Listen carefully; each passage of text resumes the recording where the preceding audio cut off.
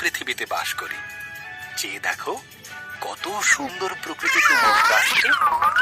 চলো আমরা সৃষ্টির শুরুতে ফিরে যাই, দেখি বাইবেল আমাদের সে বিষয়ে কি বলে।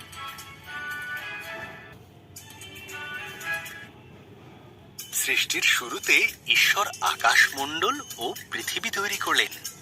ঈশ্বর অন্ধকারকে বললেন, আলো হোক। এই আলোকে তিনি নাম দিলেন দিন, আর অন্ধকারকে নাম দিলেন রাত্রি। প্রথম দিন শেষ হলো। এরপর ঈশ্বর উপরের জল থেকে নিচের জলকে আলাদা করে ফাঁকা জায়গা তৈরি করলেন, যার নাম দিলেন আকাশ। দ্বিতীয় দিন শেষ হলো। এরপর ঈশ্বর আকাশে বিভিন্ন আলো তৈরি করলেন, দিনের জন্য সূর্যকে আর রাতের জন্য চাঁদ ও তারাদের তৈরি করলেন। চতুর্থ দিন শেষ হলো।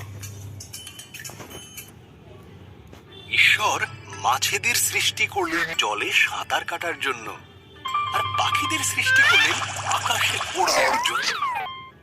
তোমাদের সন্তান হোক, তিনি তাদের বললেন, ও সুরে পৃথিবীকে ভরিয়ে দাও। পঞ্চম দিন শেষ হল।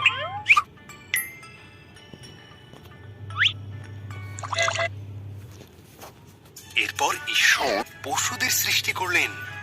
তিনি গৃহপালিত পশু, বন্য পশু ও সরীসৃপ প্রাণী তৈরি করলেন। ঈশ্বর বললেন, আরো একটি সৃষ্টি বাকি আছে, যা সবার মধ্যে অত্যন্ত মূল্যবান।